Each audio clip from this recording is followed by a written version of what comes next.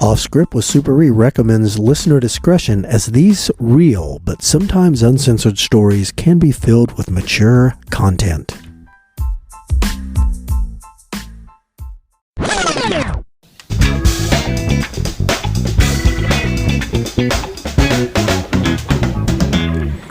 Hello everybody, Jay here with another Off Script from Super E. We have, as always, my good buddy A-Train. A-Train, say something. Hi, Jay. Hi, listeners. Is Super E there? I'm here. How y'all doing? What's up? Fantastic. Well, something's up because we actually had a question again. I really like it when we get questions from listeners. That makes me know that people are actually listening, paying attention, and like what we're doing. And what they want to know, Super E, is what is the craziest you saw that maybe a person who was trying to pick up a prostitute, not necessarily you, but what's something that you maybe saw? Well, one time we had a brand new rookie female uniform officer riding with us. And she was very sweet and very laid back. And she was just looked like a regular young female officer. And she wanted to do a detail with our undercover unit. I was like, right on. Can I ask a quick question? Because I've heard one of our local hilarious radio people, he always said that the best looking prostitutes were cops. Always said that. Well, best looking prostitutes are cops. If they're too good looking, they're a cop. Yeah. Do you know what? That's kind of true. But there's also, I've seen some unbelievably attractive women that hit the street once they smoked crack. They went straight from the strip joint to the sidewalk to jail. Yeah. So when they first came out, they looked pretty good. Yes. Went downhill fast, huh? Well, and that's true. I think back to a case you and I worked together with my victim. Her name started with a B. Her first X-image photos, booking photos, compared to there at the end, night and day. I mean, you look at her and you go, my gosh. I mean, she could, be the housewife in our neighborhood. Exactly. Yeah. It doesn't take. Yeah, it didn't take long. One time I saw a girl standing in front of our old FOP building. And I'm like, no way. She was unbelievably attractive. And I said, I don't think this is a prostitute, but I'll see. She jumps in the car, pulls her trousers down and goes, okay, you see, I'm not the police. $40 to give you a head. And I'm like, what? I said, you're too good looking. I think you're the police. And she goes, no, I just got hooked on crack and I just left. It was the best strip joint in our town. They said the quickest way to get money for crack was to prostitute on the street. All right. She goes to jail. Her picture looked like a glamour shot after her arrest. Yeah. 3 weeks later, she gets arrested again, and it looks like she, went to the Skid Row Academy of Cosmetology. And, wow. Yeah. So, real quick, I know it's off topic, but do you have any tales at all? Do you recall when maybe lines got crossed or crossed up and one unit maybe didn't know what the other was doing and you actually tried to pick up a cop? Yes, that happened to one of my partners. He... because we used to have the big units doing undercover stuff, and then you had your district level. And they put a policewoman out, and one of our guys, he just pulled up, didn't know who she was. He's like, hey, he's doing his job. Hey, what's going on? Next thing you know, he's surrounded by police officers. And in a department our size, I mean, that could easily happen, right? Right, exactly. So that's great. That is great. All right, Super E. Well, why don't you go ahead and tell us your tale, something you saw that just blew you away. What I saw was this dude is in a world of shit. That's what I thought. Okay, so let me back up and I will explain why I say that now. we put this young rookie female police officer on the street to act like a prostitute. Now she dressed to look like a tomboy. She looked like she could have been 16 years old, like a tomboy, baseball hat on, kind of thing. I think she had like a flannel shirt or something. She just looked like she was going to go out and play a little softball or baseball or something. And I thought, man, I don't think anybody's going to stop for her. They're going to think she's a kid. We put her on the main drag. Cars were crashing into each other, and she would stand on the sidewalk, and she happened to be right next to a driveway to go to this big parking lot. So when a car would pull over to talk to her, she would just motion them to go into the parking lot, and we just happened to be sitting in the parking lot. They didn't even pay attention to us. And so I see this big station wagon. It was a Clark Griswold station wagon, literally the exact same model. God. Pulls in, and she walks over to him, and again, she just looks like a 16-year-old kid. Walks over to his car, and as he got closer, he turns on the dome light to talk to her. I can see he's got two kids in his back seat. He's got like a 7-year-old girl sitting there, and then like a 3-year-old little boy in a car seat. And I'm like, this is how we pick them up, Rusty. Yes. Yes. My God. And so she walks up to him, and he starts talking to her. He says he wants her to, give him fellatio. He'll pay her $30. And she's like, but you got these kids in a car. How are we going to do this? He goes, they're not going to be paying attention. They're in the back seat. You get in the front seat and just give me head. And then once I'm done, I'll just pay it. I'll pay you, and we'll be done. They're not going to know. Good Lord. And I was like, oh my God, because then she gave us the signal, and I knew this guy propositioned her with his kids in the car. It's a shame she couldn't get him to show his naked penis, because then you'd have a whole slew of other crimes, doing that stuff in front of a minor.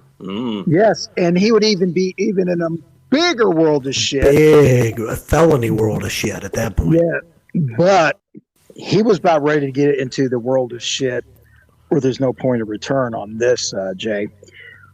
So we pull up and identify ourselves as police officers, and he's like, humana, and I'm like, don't even try it, you creep. You got your damn kids in the car. He goes, what's going to happen to me? What's going to happen to my kids?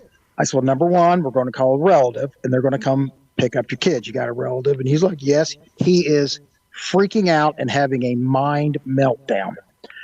And so I said, yeah, you're lucky these kids aren't going to the guardian's home, because you'd be really in big trouble with your wife, because you are in a world of hurt probably when your wife finds out about this. But he goes, where am I going now? I said, you're going down to lockup.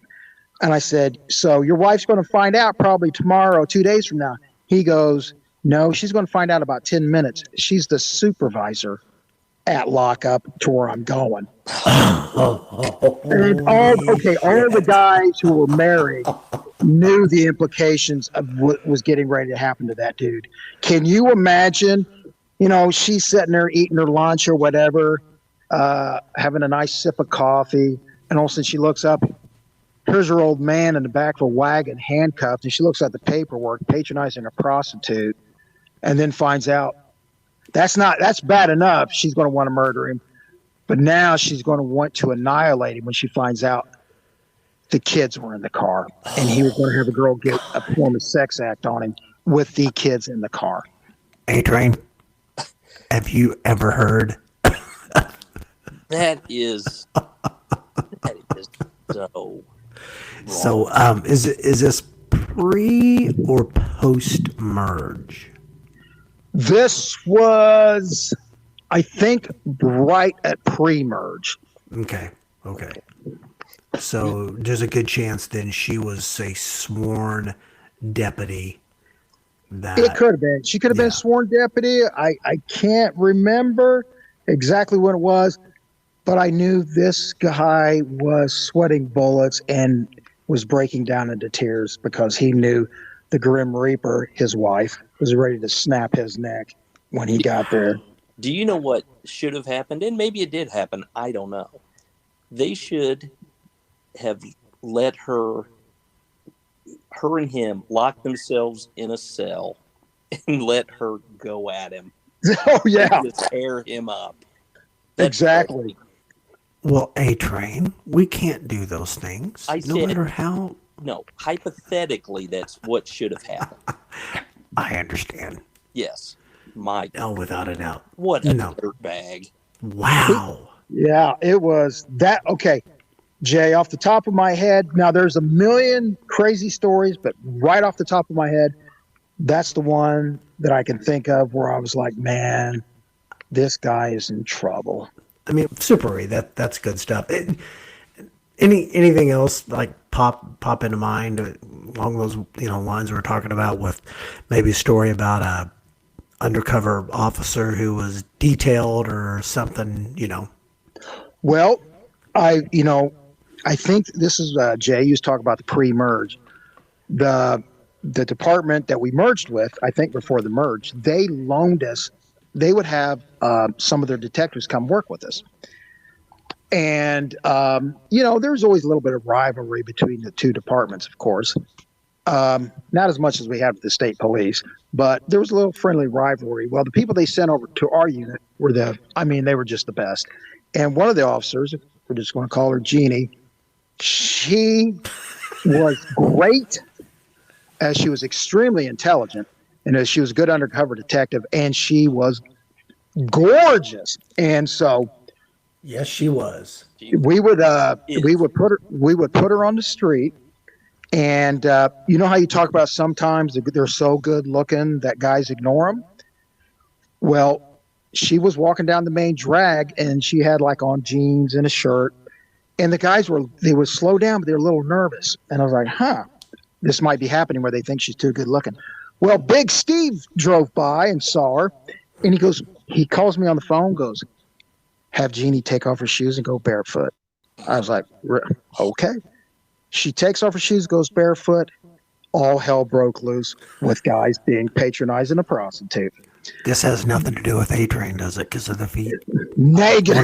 We're not gonna get to an A-Train story, are we? No. Okay. But the one crazy thing with Jeannie was we had talked about, hey, we need a signal that when you have an arrest, let us know just in case, because we're not going to be able to put a transmitting device on anywhere. So we need a good signal. And we didn't want her wearing a ball cap and taking it off and waving it around or something like that. And then I said, hey, do that cheerleader thing you do. And she used to do this thing where, you know how cheerleaders, the girls put their the legs together and their fists together, and then they do the big side high kick where the leg goes way above their head. Yeah. Like on Saturday Night Live.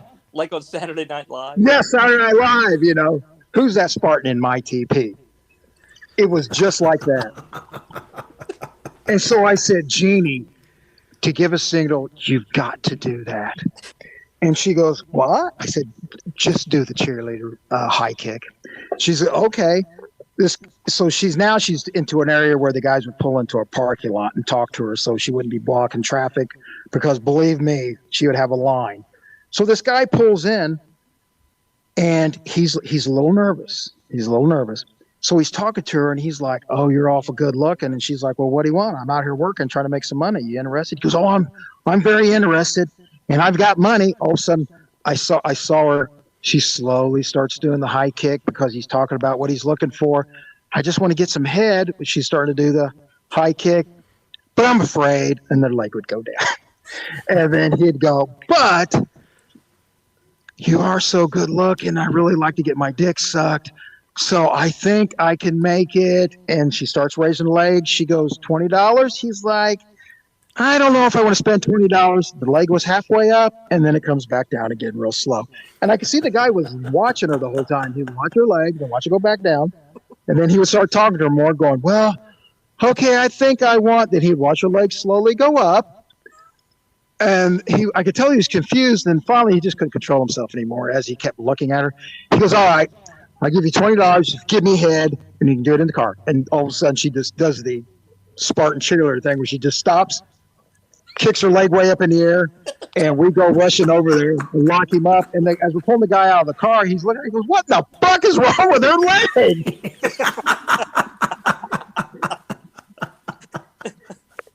We just had a big laugh about that. She was just great. She was, just a great undercover officer and a lot of fun to work with. So that was around the time of the merge. Fantastic. That's great. A-Train, what you got? Well, here's what I got. I want to go on record with the listeners. I want to clear something up. I am not a creepy foot guy. I simply appreciate a woman with a nice foot. That's it. I just want to get that on record. You see, that's the difference. Me and Jay are about what's on the inside of a woman, what's her thoughts and her likes and dislikes. We're more about her feelings. That's all me and Jay care about. I do not notice what they look like. I just want to hear them talk and, Yes, I love to hear him talk about something that doesn't have an ending. Don't you love that? Oh, What? Yes.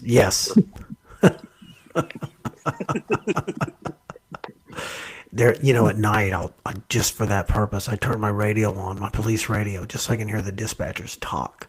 Oh, yeah. It's never ending. Oh, my God. Sometimes when my wife calls me on the phone, because wives love to tell you how their day is going, and sometimes you're doing something, you might not be paying attention, and you just got to make a response every few minutes, and I'm like, yes, I agree with the words you are saying. And then a few minutes later, oh, she is a bitch. I agree. So what you're saying is Mrs. Super E doesn't listen to our podcast because there's no way you say that if she does. Yes, I'm sounding very brave right now because she will not listen to this podcast unless somebody rats me out. Mm-hmm. Well, secret's safe with me and our listeners, I'm sure. All right. Yeah. All right. Well, you got anything else for us, Super E? No, that's it, Jay. All right. A-Train, anything other than feet you want to throw out? No. Nothing. All right, A-Train, take us out. All right. See you guys. Bye. Take care.